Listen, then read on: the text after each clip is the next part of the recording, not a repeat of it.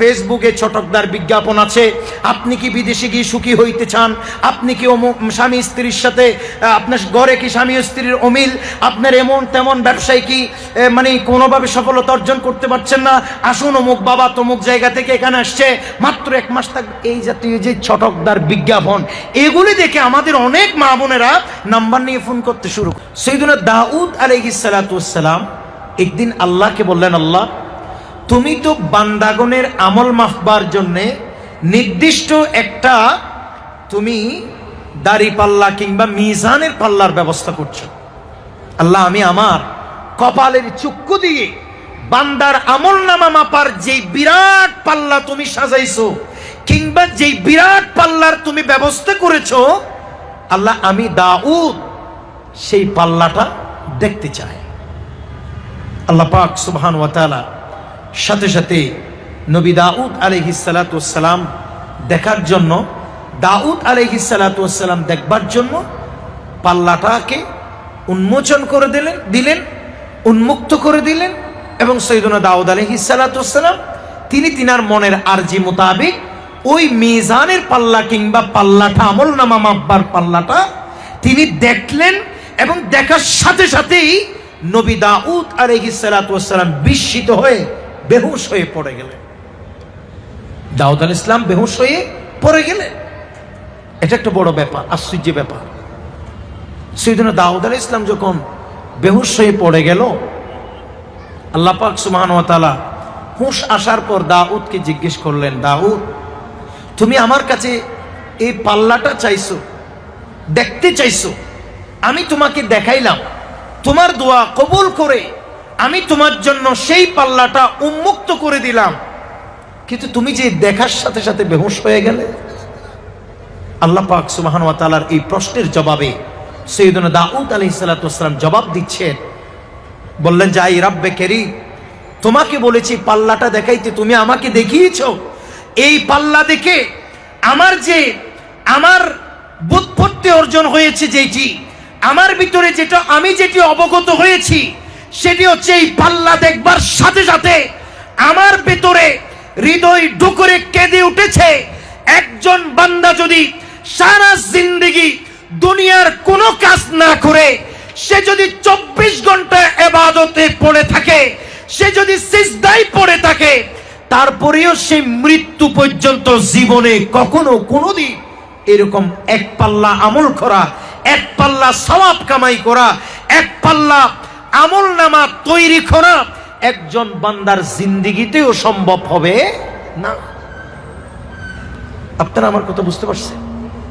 দাউদ আলাইহিস সালাতু ওয়াস সালাম যখন এই কথা বললেন যে আল্লাহ তুমি এত বড় পাল্লা দেখাইছো, আল্লাহ আমি রীতিমতো আমি বিস্মিত হয়ে বেহুশ হয়ে গেলাম।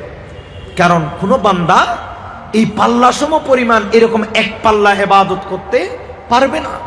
আমার মানে মনের ভিতরে আমার এটা জানা হলে এই জন্য আমি বিস্ময়ে হতবাক হয়ে আমি বেহুশ হয়ে গেলাম। আল্লাহ পাক সুবহানাহু ওয়া তাআলা বলছেন, দাউদ সুসংবাদ শোনো। আপনারাও সুসংবাদ শুনেন। দাউদ তুমি সুসংবাদ শোনো, তুমি যে বলেছে একজন বান্দা গোটা জিন্দেগি দুনিয়াদারির সব বাদ দিয়ে যদি ইবাদতে পড়ে থাকে, তারপরে এক পাল্লা আমল করা সম্ভব হবে না। কিন্তু দাউদ আমি স্পষ্ট সুসংবাদ দিচ্ছি তোমাকে, আমার যেই বান্দা আমার তাওহীদের কালিমা পড়বে, আমার যেই বান্দা আমার কালিমায়ে তাইবা পড়বে, যেই বান্দা দিল থেকে, মন থেকে, হৃদয় থেকে লা ইলাহা ইল্লাল্লাহর সাক্ষী দিবে, আমি আল্লাহই বলছি, আমি তার আমল নামাই এই মিজানের পাল্লা সমপরিমাণ এক পাল্লা সওয়াব, এক পাল্লা তার আমল নামাই এক পাল্লা সওয়াব লিপিবদ্ধ করে দেব। সুবহানাল্লাহ। সুতরাং মা বোনের আমার, আপনাদেরকে অত্যন্ত বিনয়ের সাথে বলি, আমাদেরকে ইবাদত করতে হবে। আল্লাহ পাক সুবহানাহু ওয়া তাআলা আমাদেরকে অত্যন্ত সীমিত সময়ের জন্য দুনিয়াতে প্রেরণ করেছেন। তা আমি যেই কালিমার কথা বলছি, এটা পড়তে আপনার ওযু লাগবে না, আপনার এটা পড়তে গোসল লাগবে না, আপনার এটা পড়তে অনেক বড় পবিত্রতা অর্জন করতে হবে না। আপনি যখন যে অবস্থায় আছেন, আপনি যখন যেই মুহূর্তে আছেন, আল্লাহ পাক সুবহানাহু ওয়া তাআলাকে স্মরণ করেন, আর মনে মনে মহান রব্বে কারীম আল্লাহ পাক সুবহান ওয়া তাআলার জিকির হিসেবে কালিমা আপনার ভিতরে ঈমান নবায়ন করার নিয়ত রেখে আপনি পড়ুন লা ইলাহা ইল্লাল্লাহ, লা ইলাহা ইল্লাল্লাহ, লা ইলাহা ইল্লাল্লাহ।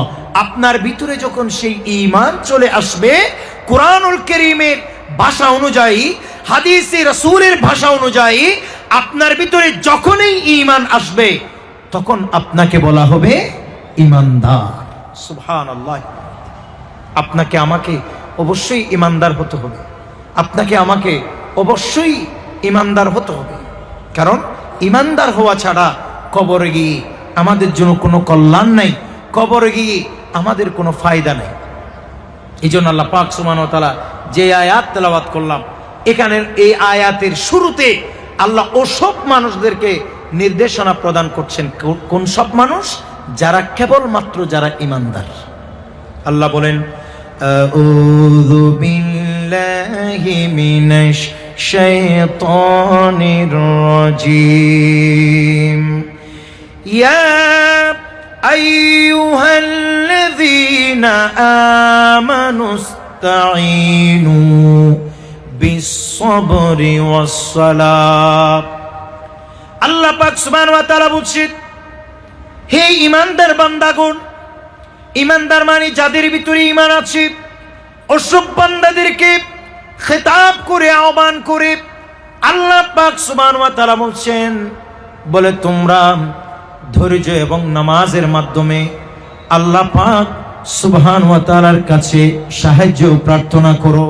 সুবহানাল্লাহি ওয়া বিহামদিহি। খেয়াল করে, ধৈর্য এবং নামাজের মাধ্যমে তোমরা আল্লাহর কাছে সাহায্য প্রার্থনা করো। খুব খেয়াল করবে, আমরা যারা বিশেষ করে যারা মা বোন, তিনাদের জন্য প্রয়োজনীয় দু চারটি আমি কথা বলছি। সেখানের ভিতরে এক কথা হচ্ছে, আমাদের মধ্যে ধৈর্য জিনিসটা অত্যন্ত কম, বিশেষ করে নারী সমাজে। এটা আমরা লক্ষ্য করি যে মা বোনদের একেবারেই ধৈর্য কম। অথচ আল্লাহ পাক সুবহানাহু ওয়া তাআলা কুরআনুল কারীমে ধৈর্য এবং নামাজের মাধ্যমে সাহায্য প্রার্থনা করতে বলেছেন। এরপরের অংশ শুনলে আরো খুশি হবেন। এরপর আল্লাহ তাআলা বলছেন, ইন্নাল্লাহা মা'আস সাবিরিন, যে নিশ্চয়ই আল্লাহ ধৈর্যশীলদের সাথেই আছে। সুবহানাল্লাহ। এজন্য জীবনের যত বড় ঝড় আসুক, তুফান আসুক, এটা তো দুনিয়া। এখানে ধৈর্য এখানে ঝড় আসবে, তুফান আসবে, সমস্যা আসবে, অনেক রকমের বিপদ আসবে, আপদ আসবে, বালা আসবে, মুসিবত আসবে। জীবনের প্রত্যেকটি পদক্ষেপে ধৈর্য ধারণ করার নাম ঈমানদার। সুবহানাল্লাহ। এবং আপনাকে নামাজ পড়তে হবে। আমাদের অধিকাংশ মা বোনেরা নামাজের প্রতি অত্যন্ত অলস, সবাই না, বেশিরভাগ। দিন যত গড়াচ্ছে এই অলসতার হার তত বেশি বাড়ছে। ধৈর্য যেমন জীবনে অত্যন্ত লাজেম, গুরুত্বপূর্ণ, নামাজটাও এটাও আমাদের জন্য গুরুত্বপূর্ণ।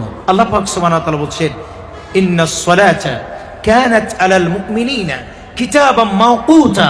আল্লাহ পাক সুবহানাহু ওয়া তাআলা বলছেন, হে আমার বান্দারা, আমি তোমাদেরকে বলছি, নিশ্চয়ই আমি এই সালাত, এই নামাজ আমি ওয়াক্ত মোতাবেক মুমিনদের উপরে ফরজ করেছি। সুবহানাল্লাহ। কাজেই আল্লাহ তাআলা আপনাদেরকে কতগুলোতে আল্লাহ পাক ক্ষমা দিয়েছেন। অনেক দিনসমূহে আপনাদের নামাজ মাপ আছে, যেটা পুরুষের জন্য নাই। কাজে আপনি আপনার নির্দিষ্ট সময় শেষ করে আপনি আবারও জায়নামাজে চলে আসেন, জায়নামাজে বসে যান। আপনাকে জায়নামাজে বসতেই হবে। এখানে বলে রাখা ভালো, আমাদের অনেক মা বোনেরা এই যে একটা মেনস্ট্রুয়েশনের যে একটা সময় থাকে, সেই সময়টাকে অনেকেই না বুঝে, অনেকে কি করে, এটা হলেই এই অসুস্থতার শিকার হওয়ার সাথে সাথেই 10 দিন হিসাব করে বেঁচে নেই যে আমি 10 দিন নামাজ আমার জন্য মাপ। আবার অনেক মা বোন এমনও আছেন যে যেটাই হবে হোক না কেন 7 দিন নামাজ পড়া যাবে না। আবার এমন অসংখ্য মা বোনদেরকে আমরা দেখেছি বলে 7 দিন নামাজ পড়া যাবে না, কিন্তু 3 দিনের পর থেকে রোজা রাখা যাবে। এই মাসআলা অত্যন্ত গলত, খুবই ভুল, অসম্ভব রকমের জঘন্য ভুল। হায়েজ এবং নেফাসে এই দুইটা বিষয়ে মাসআলা জানা মা বোনদের ফরজ, কিন্তু অধিকাংশ আমাদের সমাজের অধিকাংশ মা বোনরা হায়েজ এবং নিফাসের মাসআলা জানেই না, জানতে চায়ই না, এবং এটাকে জানা কোনো প্রয়োজনেই বলে মনে করে না। বাস মাসালা থেকে শিখছে, মা থেকে শিখছে, মা থেকে শিখছে, তিনি তিনার মা থেকে শিখছে, তিনার মা থেকে শিখছে, তিনার মা থেকে শিখছে। এভাবে এই যে শিকার সিলসিলা, এই শিকার সিলসিলাগত ভুল হবার কারণে এই মাসআলা মাসাইলে আমাদের মধ্যে যথেষ্ট ভুল এবং ভ্রান্ত ধারণা আমাদের মধ্যে ঢুকিয়ে রয়েছে। প্রথমে মনে রাখবেন, আমরা হলাম মাযহাবে হানাফি, আমাদেরকে বলা হয় হানাফি মাযহাব। হানাফি মাযহাবে হাইস মেনস্ট্রুয়েশনের সর্বনিম্ন সময়সীমা হচ্ছে 3 দিন 3 রাত। কাজেই কোনো মা বোন যদি 3 দিনের পর সুস্থ হয়ে যায়, তাহলে তিনি অবশ্যই 4র্থ দিন থেকে নামাজ পড়বে, রোজাও রাখবে, মানে সব করতে পারবে, কোরআন কারীমের তেলাওয়াত করতে পারবে, কাবা ঘরের তাওয়াফ করতে পারবে, সব কিছু করতে পারবে। অর্থাৎ 3 দিন সর্বনিম্ন সময়সীমা 3 দিন। আর কেউ যদি বলেন আমার তো অসুস্থতা জনিত কারণে 4 দিন পর্যন্ত আমি অসুস্থতা বোধ করি, তাহলে যে 4 দিন বুক করে তাহলে সে 5 দিন থেকে নামাজ পড়বে। মনে রাখবেন, যেদিন থেকে নামাজ পড়া যাবে সেদিন থেকে রোজা রাখা যাবে, এবং যেদিন থেকে রোজা রাখা যাবে সেদিন থেকে নামাজও পড়া যাবে। কিন্তু আমাদের মধ্যে একটা যথেষ্ট ভুল একটা প্রচলিত আছে, এটাকে কুসংস্কার বলে। সেটা হচ্ছে কি, যে নামাজ পড়া যাবে 3 দিন থেকে রোজা রাখা যাবে, বাট নামাজ পড়া যাবে না 7 দিন পর্যন্ত। এই মাসআলা অত্যন্ত ভুল। আর একটা কোন জায়গায় ভুল সেটা আমি বলি, সেটা হচ্ছে নিফাসের ক্ষেত্রে। নিফাস বলা হয় সন্তান প্রসবের পর যেই ব্লাডিং হয়, যে অসুস্থতা বোধ করে মা বোনেরা, সেটাকে বলা হয় নিফাস। নিফাসের ক্ষেত্রে তো আমি বলতে পারি যে আমার ব্যক্তিগত জরিপে লক্ষ্য করা গেছে, সে নিফাসের ক্ষেত্রে শতকরা 90% মা বোনেরা অত্যন্ত ভুলে আছে। সেটা কি, আমরা মনে করি যে সন্তান প্রসব হলেই সে 40 দিন পর্যন্ত নামাজ পড়তে পারবে না, রোজাও রাখতে পারবে না, মানে আপনার অন্যান্য স্বামী স্ত্রী ইন্টারকোর্স করতে পারবে না, তারপরে অন্যান্য বিষয়াবলী কাবা ঘরের তাওয়াফ করতে পারবে না, কোরআন কারীম ছুঁইতে পারবে না। এরকম একটা ধারণা আমাদের আছে। সেটা কি, মানে সন্তান প্রসব হলেই 40 দিন ওটু। এটা আসলে কি মাসআলা তাই? এই মাসআলা কি আপনারা, এটা তো আপনার জন্য আমার জন্য জানা অত্যন্ত জরুরি এবং ফরজ। এটা শুধুমাত্র জরুরি না, এটা ফরজ। কিন্তু আমরা অনেক মা বোনেরা এই ফরজিয়ত থেকে দূরে।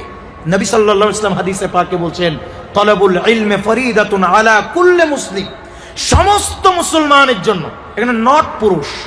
আর এটা পুরুষের জন্য এত বেশি জানাটা লাজেমও নয়, কিন্তু এই মাসআলা তো মা বোনদের জানা অত্যন্ত জরুরি এবং ফরজ। আপনার এই মাসআলা আপনাকে জানতে হবে। আজকে একটা মাসআলা মনে রাখবেন, সেটা কি, সন্তান হবার পর 40 দিন পর্যন্ত আপনাকে নিফাস কিংবা 40 দিন পর্যন্ত নামাজ মাপ, রোজা মাপ, কোরআন তেলাওয়াত মাপ, কাবা ঘরের তাওয়াফ করা যাবে না। এই যে এই জাতীয় যেটা ধারণা, প্রথমে মনে রাখেন যে এই ধারণা আমাদের সম্পূর্ণ ভুল। এই ধারণা আমাদের সম্পূর্ণ ভুল। তাহলে এই ধারণা কি? এই ধারণা হচ্ছে এরকম, শুদ্ধটা হচ্ছে এরকম। বর্তমান যুগে, আচ্ছা এটা পরে বলি, আগে এটা বলি, সন্তান যদি স্বাভাবিক নিয়মে প্রসব হয়, যেটাকে আমরা বলি নর্মাল ডেলিভারি, নর্মাল ডেলিভারিতে যদি কোনো সন্তান প্রসব হয়, তাহলে ওই মা বোন থেকে যে ব্লাডিং হবে, সেই ব্লাডিং যদি হয় 10 দিন, তাহলে 11 দিন থেকে তাকে নামাজ পড়তে হবে, নট 40 দিন। 11 দিনের দিন বন্ধ হয়েছে, 12 দিন থেকে সে স্বাভাবিক নামাজ পড়বে, রোজা রাখবে, সব করবে। 13 দিনের দিন ব্লাডিং বন্ধ হয়েছে, 14 দিন থেকে সে সব কিছু স্বাভাবিক। এমনি ভাবে যদি বলে যে হুজুর 30 দিন পর্যন্ত ব্লাডিং হয়েছে, তাহলে 31 দিন থেকে সে পবিত্র। যদি বলেন যে হুজুর হতে হতে 40 দিন হয়েছে, তাহলে 40 দিন পর্যন্ত যদি ব্লাডিং হয়, তাহলে সে 41 দিন থেকে পবিত্র। আর কোনো মা বোন যদি বলো হুজুর আমার তো 41 দিন হচ্ছে, 42 দিন হচ্ছে, তাহলে 41 দিন থেকে যদি ব্লাড দেখা গেলেও আপনাকে স্বাভাবিক মনে করতে হবে, পরিষ্কার মনে করতে হবে, পবিত্র মনে করতে হবে। কারণ হানাফি মাযহাবে নেফাসের ব্লাডিং হবে, অসুস্থতা হবে সর্বোচ্চ 40 দিন, নিচে কোনো টাইম নেই। এটা 3 দিনও হতে পারে, 2 দিনও হতে পারে, 5 দিনও হতে পারে। তাহলে আপনার 41 দিন পর থেকেও যদি, পরেও যদি আপনার থেকে বা এরকম যদি অসুস্থতা লক্ষ্য করা যায়, তাহলে এটাকে অসুস্থতা মনে করতে হবে। 41 দিনের পর থেকে ডাক্তারের শরাপন্ন হবে, কিন্তু নামাজ দোয়া মাপ নেই, নামাজ রোজাগুলো পড়তেই হবে। তাহলে আমরা যদি লজ্জা রাখি, তো এই সমস্ত মাসালাগুলো আমাদের জানতে হবে।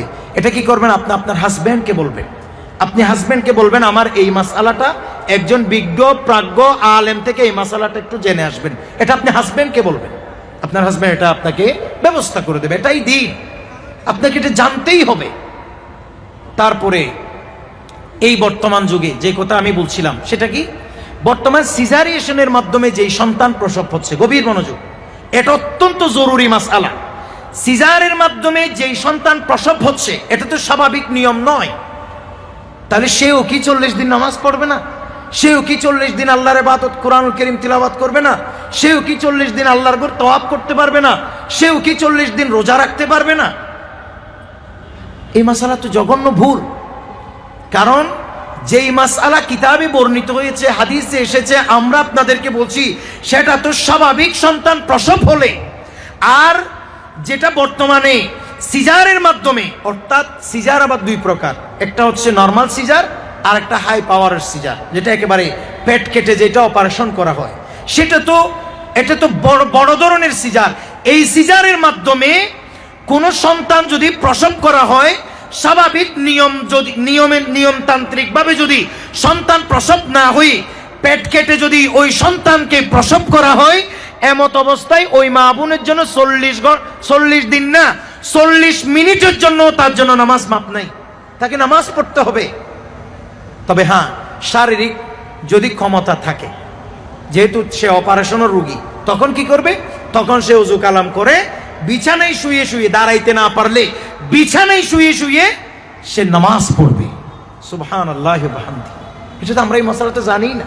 আমাদের অধিকাংশ এই মা বোনেরা এই মাসালা জানে। এই জন্য আমরা আজকে পবিত্র দরসুল কোরআন মাহফিল থেকে আমরা আপনাদেরকে বলবো, মায়েরা, আমাদের বোনেরা, আপনারা গিয়ে এই মাসাইলগুলো আপনারা আপনাদের নিজেদের মেয়েদেরকে শিখাবেন, আপনারা আপনাদের নিজেদের বোনদেরকে শিখাবেন, আপনারা এই মাসাইলগুলো আপনাদের বান্ধবীদেরকে শিখাবেন, আপনারা এই মাসাইলগুলো আপনাদের যারা কাছের যে সমস্ত সম্মানিতা মা বোনেরা আছেন, আপনারা অবশ্যই তাদেরকে বলবে। আপনাকে জানতে হবে, দিন বুঝতে হবে, দিন জানতে হবে। কারণ এই দুনিয়াতে আমাদেরকে শুধুমাত্র ঘরে এসে রান্না বান্না সামাল দেওয়ার জন্য আল্লাহ আমাদেরকে সৃষ্টি করে নাই। আল্লাহ পাক সুবহানাহু ওয়া তাআলা আমাদেরকে সৃষ্টি করেছেন এই আল্লাহর ইবাদতের জন্য। আল্লাহ পাক সুবহানাহু ওয়া তাআলা বলছেন, ওয়া মা খালাকতুল জিন্না ওয়াল ইনসা ইল্লা লিয়াবুদুন। অবশ্যই তোমাদেরকে সৃষ্টি করা হয়েছে জিন এবং মানব জাতিকে, মানব এবং দানব জাতিকে আমি আল্লাহ সৃষ্টি করেছি আমার ইবাদতের জন্য। সুবহানাল্লাহি ওয়া বিহামদিহি। কাজেই আমি আমার মা বোনদেরকে অত্যন্ত বিনয়ের সাথে বলবো, দিনমুখী হন। সাহাবায়ে কিরাম কতটা দিনমুখী ছিলেন জানেন? ইবনু দিনার গোত্রের বনু দিনারের এক মহিলা, খুব খেয়াল করবেন, বনু দিনারের এক মহিলা রাসূল করিম সাল্লাল্লাহু আলাইহি ইসলামের সাহাবী ছিলেন। এক মহিলা, বনু দিনারের ওই মহিলা বদরের যুদ্ধে গেছে। তো বদরের যুদ্ধে গিয়ে তিনি জানতে পারলেন যে তার বাবা বদরের যুদ্ধে শহীদ হয়ে গেছে, তার ভাই বদরের যুদ্ধে শহীদ হয়ে গেছে, এমনকি তার নিজের পুত্র, নিজের ছেলে বদরের যুদ্ধে শহীদ হয়ে গেছে। আপনারা কথাটা একটু খেয়াল করেন, একজন মহিলা বদরের যুদ্ধে গিয়েছেন রাসূল করিম সাল্লাল্লাহু আলাইহি ইসলামের পক্ষে হয়ে, অর্থাৎ বদরের যুদ্ধে যখন তিনি তো আর যুদ্ধ করছেন না, তিনি তিনাদের, আপনারা যেভাবে আপনাদের জায়গায় আছেন তিনারাও তিনাদের জায়গায় ছিলেন। তো তিনি শুনলেন যে তার স্বামী ইন্তেকাল করেছে। আচ্ছা, একজন মহিলার যদি স্বামী ইন্তেকাল হয়ে যায়, তাহলে তার মাথা থেকে বিরাট এক বটবৃক্ষ সরে গেছে। তার চাইতে দুঃখ এবং পেরেশানি এই জমিনে যেন আর একটাও হতে পারে না। স্বামী মারা গেছে, এই মহিলা জানছেন তার অলরেডি বাবাও মারা গেছে। আচ্ছা, চিন্তা করেন, শুধু স্বামী এবং বাবা মরে ক্ষান্ত না, নিজের সন্তানটাও জিহাদের ময়দানে শহীদ হয়ে গেছে। সুবহানাল্লাহি ওয়া বিহামদিহি। একজন কেউ মরলে আমাদের মা বোনদের চিৎকার, আমরা যে হারে দিশেহারা হয়ে যায়। কিন্তু সাহাবায়ে কেরামের অবস্থা দেখেন সেই দৃষ্টিতে। বনু দিনারের ওই মহিলা শুধু বলছেন, আইনা রাসূলুল্লাহ, আইনা রাসূলুল্লাহ, তোমরা আমাকে বলো আমার রাসূল কোথায়, আমার রাসূল কোথায়। কেউ একজন তাকে বলে এসে বলতেছে, বলে আপনার মা মারা গেছে, আপনার ভাই মারা গেছে, আপনার বাপ মারা গেছে, আপনার স্বামী মারা গেছে, আপনার পুত্র মারা গেছে, বলে সব মরে যাক, সবকিছু আমি সহ্য করতে পারি, দুনিয়ার সমস্ত বলা মুসিবত আমার জন্য একেবারেই তুচ্ছ।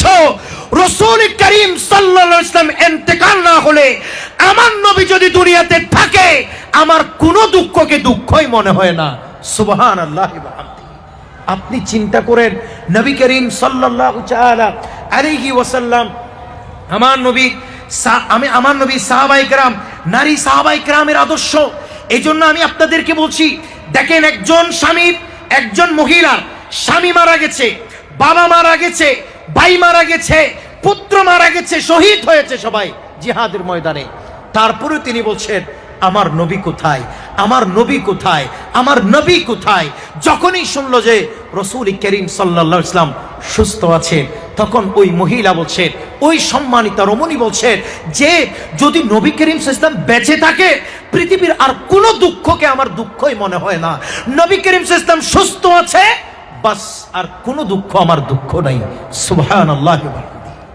কাজেই আমি আপনাদেরকে অত্যন্ত বিনয়ের সাথে বলবো, আমাদেরকে দ্বীন শিখতে হবে। দ্বীনের ব্যাপারে আমাদেরকে অবশ্যই অবশ্যই সিরিয়াস হতে হবে। শুধু কি দ্বীন আপনি শিখবেন না, আপনার ছেলেকেও দ্বীন শিখাবেন।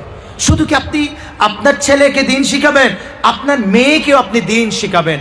কারণ সামনে যে সময় আসছে, এগুলো অত্যন্ত ভয়ঙ্কর সময় আসছে আমাদের জন্য। অসম্ভব রকমের ভীতিকর পরিস্থিতি আমাদের সামনে আসছে। কাজেই আমাদেরকে নিজেকেও দ্বীন শিখতে হবে, আমাদের ছেলে মেয়ে যারা আছে তাদেরকেও দ্বীন শিখাতে হবে। বাচ্চাদেরকে কোনোভাবে মোবাইল হাতে দিবেন না, অ্যান্ড্রয়েড সেট। এই ছোট ছোট বাচ্চা আপনারা করেন কি, বাচ্চা ভাত খায় না বলে আপনারা মোবাইলের কার্টুন ছেড়ে দেন না, এতে বাচ্চা মানসিক প্রতিবন্ধী হয়ে উঠবে। কাজেই আপনি বাচ্চাকে, এখন আমি যদি বলি যে হুজুর আমি তো আমার বাচ্চাকে কোনোভাবে থামাইতে পারি না, আরে এক ওয়াক্ত থামাইতে পারেন না, দুই ওয়াক্ত থামাইতে পারেন না, একদিন দুই দিন থামাইতে পারেন না, 3 দিন 4 দিনের দিন খিদা লাগলে ভাত এমনিই খাবে, এমনিতেই খাবে। আপনাকে দিন শিখাইতে হবে। তা আপনি কি করবেন, বাচ্চাকে ভাত খাওয়াইতে বসি, ভাত খাওয়াই দিবেন হাতে, আর জবান দিয়ে আল্লাহর জিকির শিখাবেন। হাসবি রাব্বি জাল্লাল্লাহ, মা ফি কলবি গায়রুল্লাহ, নূর মুহাম্মদ সাল্লাল্লাহ, লা ইলাহা ইল্লাল্লাহ। এই জিকিরগুলো সুন্দর সুন্দর করে বাচ্চার কানে শুনিয়ে দিবেন। আপনি এদিকে তাকে খানা খাওয়াবেন, আর ওদিকে সে আল্লাহর জিকির শিখবে। এটার নাম আপনি আপনার মেয়ে ছোট, আপনি তাকে পর্দার তালিম দিবেন। যখন সে ছোটবেলা থেকে পর্দার তালিম পাবে, বড় হলে সে পর্দা করবে। আপনি আপনার বাচ্চারা ছোট, আপনি আপনার বাচ্চাদেরকে নামাজের তালিম দিবেন। আপনি বাচ্চার সামনে নামাজ পড়বেন, আপনি বাচ্চাকে বলবেন, বাবা আমি আল্লাহকে সিজদা দেব, আমি নামাজ পড়ব, তুমি আমার পাশে বসো। আম্মু কিভাবে সিজদা দিই, আম্মু কিভাবে রুকু করি, আম্মু কিভাবে দোয়া করি, তুমিও দেখো। আমি নিশ্চিত আপনার ছেলে এই তালিম থেকে সিজদা শিখবে, নামাজ শিখবে, আল্লাহকে ডাকা শিখবে, মুনাজাত করা শিখবে। কঠোর বিপদ এসেছে, আপনি আপনার ছেলেকে এই বিপদের সময়, আপনি আপনার ছেলেকে এই বিপদের সময় ধৈর্যের তালিম দিবেন। বলবেন, বেটা তুমি পুরুষ হয়ে জন্মাইছো কিংবা তুমি নারী হয়ে জন্মাইছো, দুনিয়াতে ভেঙে গেলে চলবে না।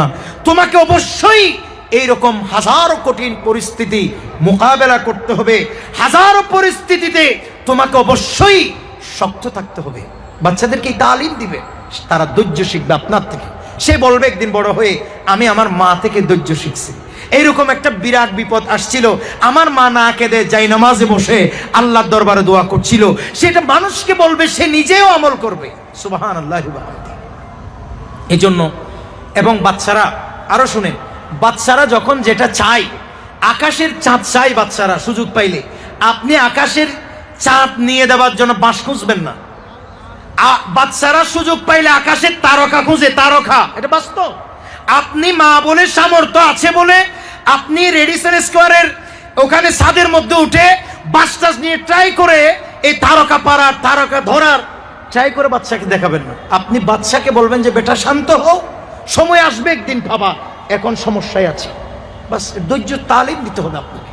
আপনি যদি বাচ্চাকে ধৈর্য না শেখান, বলেন আপনি মা হয়ে যদি না শেখান, কে শিখাবে তাকে? এটা কাজেই বাচ্চা যখন যেটা চাইবে সামর্থ্য আছে আমি জানি। আপনি হাজবেন্ডকে বলবেন না, আপনার স্বামীকে কখনো বলবেন না এ বাচ্চা এটা চাচ্ছে তুমি আনলে না কেন, এটা কখনো বলবেন না। বাচ্চাকে মাঝে মাঝে কষ্ট কি জিনিস সেটা বুঝাইতে হবে, বাচ্চাকে মাঝে মাঝে অভাব কি জিনিস সেটা বুঝাইতে হবে। আমার ছোট ছোট দুইটা বাচ্চা হিফজখানাতে পড়ে, আমাকে মাঝে মাঝে প্রায় সময় বলে মাদ্রাসার খাবার আব্বু খাইতে পারি না, তুমি আমাদেরকে দোকান থেকে একটু নাস্তা কিনে দিও। আমি তাদেরকে চাইলে আলহামদুলিল্লাহ আমি প্রত্যেকদিন 50-60 টাকা খরচ করে আমি তাদেরকে দোকান থেকে নাস্তা এনে খাওয়াইতে পারি। আমি আপনাদেরকে একটা জাস্ট এক্সাম্পল দিচ্ছি। আমি চাইলে 50-60 টাকা দিনে এটা আমি পারতেছি আলহামদুলিল্লাহ। মাসে আমার 1500 টাকা নয়তো বেশি গেল, কিন্তু আমি তাদেরকে প্রত্যেক দিন পারার পরেও আমি তাদেরকে প্রত্যেক দিন এই ফ্যাসিলিটি দিই না। আমি তাদেরকে বুঝাই, বাবারা আমার মাদ্রাসায় তোমার বাবাও এভাবে কষ্ট করে পড়ছে, বেটা জীবন অনেক কষ্টে, এরকম সব ছেলে যদি খাইতে পারে, মাদ্রাসায় আরো 40 জন ছাত্র আছে, আরো 20 জন ছাত্র আছে, তারা যদি প্রত্যেক দিন একই খাবার খাইতে পারবে, তুমি কেন পারবে না বাবা? তখন বাচ্চা হাসি দেয়, বাচ্চা তখন বুঝতে পারে জীবন এত সহজ নয়, একটু কঠোরতাও জীবনে আছে। কাজেই বাচ্চাদেরকে মাঝে মধ্যে এই তালিমগুলো দেবেন। এই তালিম শিখলে, বাচ্চারা এগুলি শিখলে, জানলে আপনার থেকেই আপনার বাচ্চা, আপনার কোল থেকে আপনার বাচ্চা ধৈর্য শিখবে মাশাআল্লাহ। কাজে আপনি আপনার বাচ্চাকে এগুলো শিখাবেন। শ্রদ্ধাভাজন মা বোনেরা, আপনারা আপনাদের বাচ্চাদেরকে এরকম ধৈর্য শিখান, তালিম শিখান। কারণ আল্লাহই বলেছেন যে ইয়া আইয়ুহাল্লাযীনা আমানুস্তাঈনু বিসসবরি ওয়াসসালাহ, তোমরা ধৈর্য এবং নামাজের মাধ্যমে সাহায্য চাও কার কাছে? আল্লাহর কাছে। কাজে আল্লাহর কাছে সাহায্য চাইবেন। হুট করে দৌড়ে গণক, জ্যোতিষী, বৈদ্য কিংবা এই জাতীয় যারা আছে গণাই টনাই চাই, একেবারে হুট করে বিশ্বাস করে গণকের কাছে দৌড় দিবেন না। এই ফেসবুকে ছটকদার বিজ্ঞাপন আছে, আপনি কি বিদেশে গিয়ে সুখী হইতে চান, আপনি কি স্বামী স্ত্রীর সাথে আপনার ঘরে কি স্বামী স্ত্রীর অমিল, আপনার এমন তেমন ব্যবসায় কি মানে কোনোভাবে সফলতা অর্জন করতে পারছেন না, আসুন অমুক বাবা তমুক জায়গা থেকে এখানে আসছে, মাত্র 1 মাস থাকবে, এই জাতীয় যে ছটকদার বিজ্ঞাপন, এগুলি দেখে আমাদের অনেক মা বোনেরা নাম্বার নিয়ে ফোন করতে শুরু করে।